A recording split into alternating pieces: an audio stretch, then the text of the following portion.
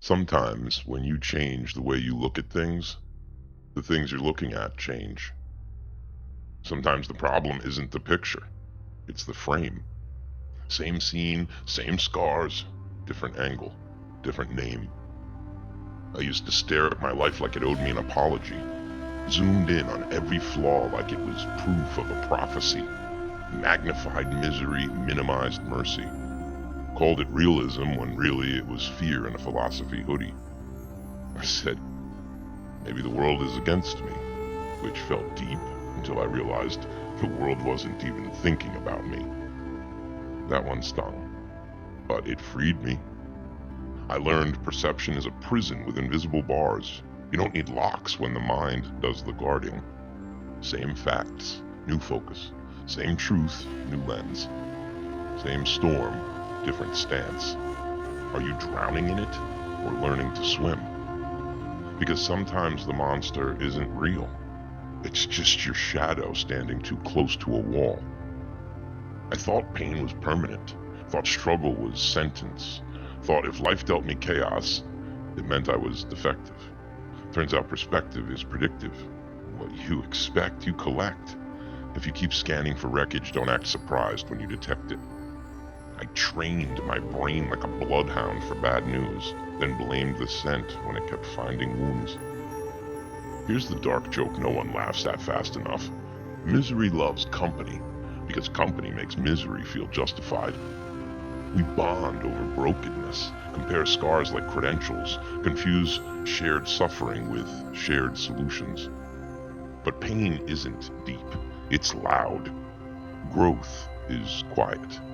That's why we often miss it. Sometimes when you change the way you look at things, the things you're looking at don't magically improve. You do. And suddenly the mirror stops being a courtroom and starts being a conversation. You don't deny the damage. You just stop letting it narrate the future. You realize rock bottom has a basement if you keep digging. I used to say, this is just how I am, which is the laziest lie dressed up as self-acceptance. Truth is, I was loyal to my limitations because they were familiar. They were fun. But familiarity isn't fate. Comfort isn't calling. And the mind will protect pain that it knows over peace it doesn't. So I changed the lens, not the facts.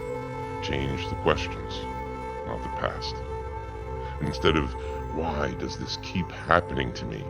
Try, why? What keeps me waking in every morning? What is the fire burning? Instead of, what did I lose?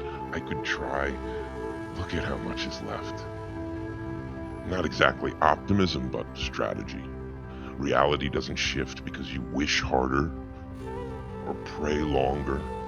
It shifts when you stop arguing with what is and start responding with who you are becoming. Same struggles, new strength. Same pressure, different posture. You don't need a new life.